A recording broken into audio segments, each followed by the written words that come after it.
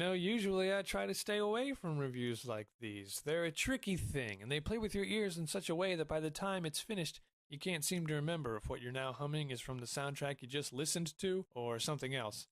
Not because Gravity Daze sounds similar to other musical ventures, but because there's so many tunes occupied by not non-inoffensive background music and simple phrases that it's hard to determine whether there's any actual meat on its bone. There is substance in Gravity Daze's score. It's just a question of whether or not you want to take the time to sit through all of it if you haven't played the game. I mean, with me, it'd be no problem either way. I hoard this crap. It's what I do.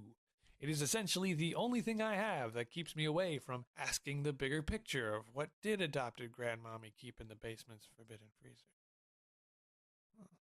And other general life stuff, but is the music of Gravity Daze suitable for the general or at least curious listeners to rush at? Or is it another something simply left to those with an avid interest in soundtracks to cult video games on handhelds that are vaguely remembered by the people who made them? Wow, what a niche market. Geez, just having this CD now, I feel like I'm on that lower totem pole beneath that one lady in Arkansas who collects laundry detergent caps and otakus who obsess over only one animated girl, which is just madness. You've got so many more to choose from. It's insane, really. Practically an insult. The fact is that the score to Gravity Daze, or Gravity Rush, or Gravity on Cocoa Puffs, or whatever you want to call it, has more to it than meets the ear. Ear.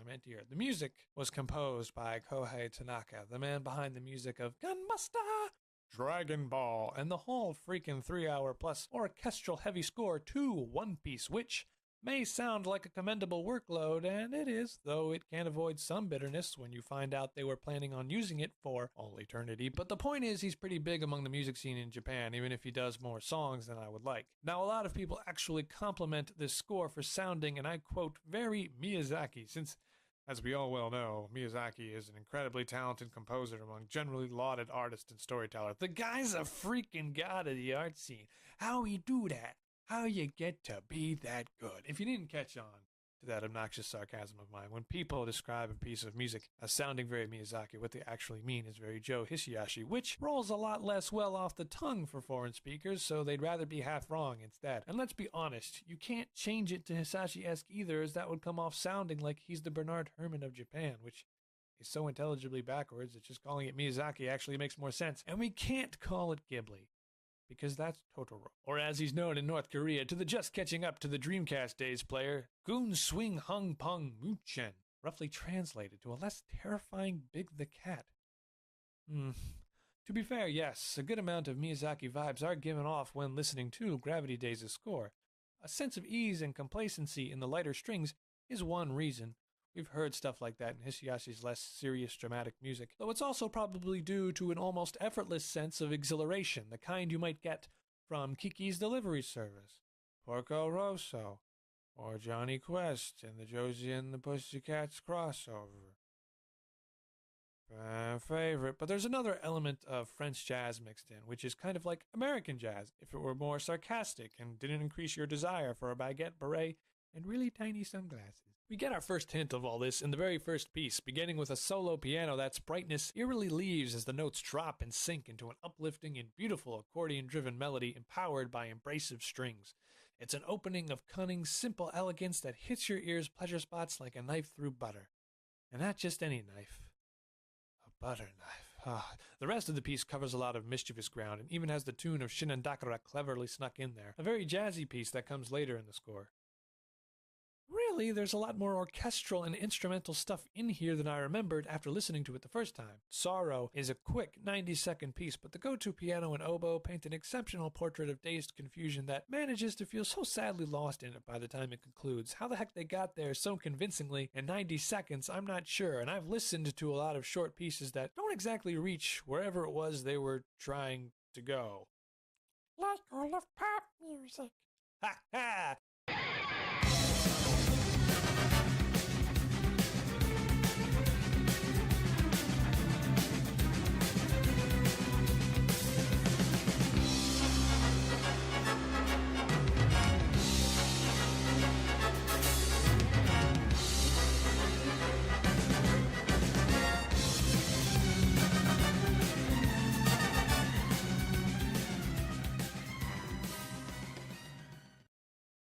So yeah, as you can see, there's something good to be said here. In fact, the music of Gravity Daze has been so well regarded by everyone that's heard it, it even got acknowledged in a game concert performance.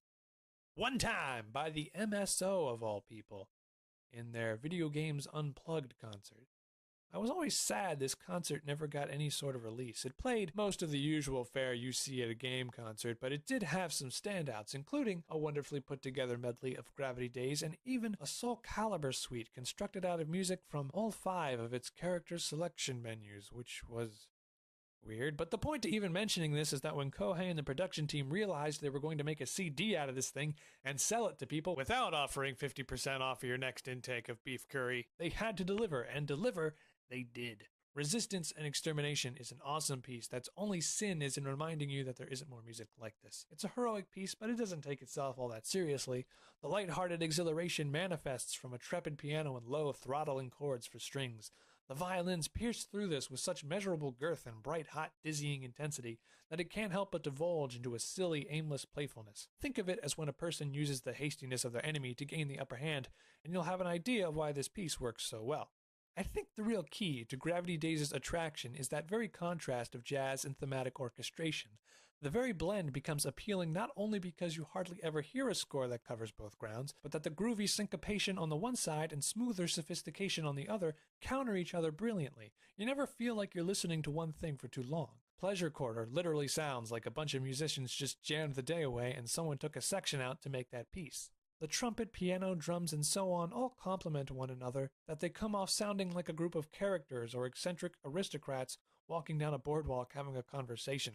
Oh, or should I say aristocrats? Hey, everybody wants to be a cat. Oh, I should make a t-shirt out of that, but I just said it aloud without a patent.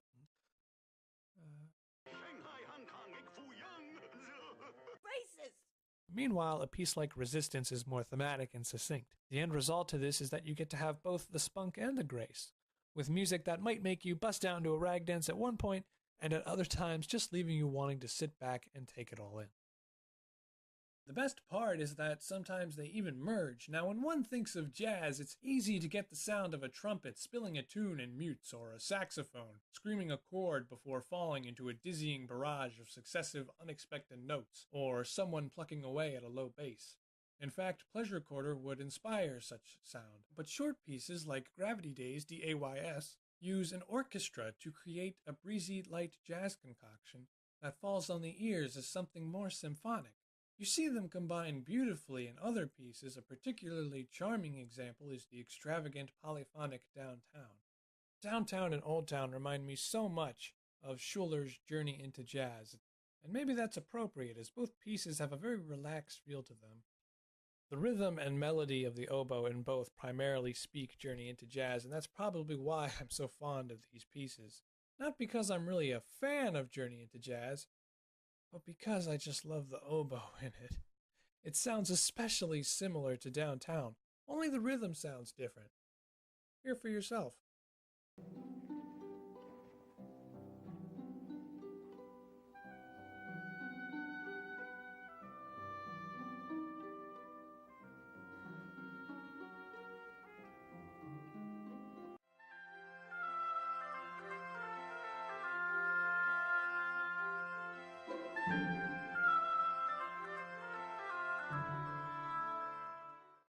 It's just close enough to make me wonder if Tanaka had it in mind when he did that, though it could certainly be just coincidence. It's a tender but welcoming sound in all three and just roams with such shy playfulness. I talked a lot about how everyone compares this score to something out of Miyazaki, but Tanaka certainly has his signature written all over this too. One way you can always make sure it's him behind the music? That trumpet. That trumpet and its familiar chords always seem to make its way into a Tanaka score, and Gravity Daze is no exception. One of his peculiar trademarks is to always include trumpets in music with very intense or suspenseful demands. He always knows the right time for them and the melody they should play, giving the piece a lot of kick. Though at other times, with something mellow like Gravity Daze, DAYS, he uses the same tactic to add some inviting humor instead. The result is a score that shows its ability to transform without departing from the groundwork it laid out. In other words, if we look at the trumpet representing the game's protagonist Cat in some form, You can hear musically that she never technically changes or betrays what her character is supposed to represent. The humor, exuberance, and friendliness the trumpet adds, along with other instruments in the mellow Gravity Daze, DAYS, shifts in tone in something like the Phantom of Hexville track, or the Gravity Daze track, DAZE, but its charm and origins stay intact. You can still recognize it even if the emotional stakes have changed. This beautiful usage of motif and instrumentation is what gives the whole arcing score its spirit. It provides a sense of freedom, more assuring than threatening, allowing the listener to feel calm and grounded, even when the intoxicating flourish of the orchestra and the jazzy aroma has your head tossing through the clouds. It's the score's biggest accomplishment. Bloody Claws is another standout piece I should mention. An electric guitar provides accompaniment to swift, cunning violins before a trumpet gives way to an altogether fanfare that sounds like it belongs in a sports channel highlight reel. It's great. In the end, the mixture wins out.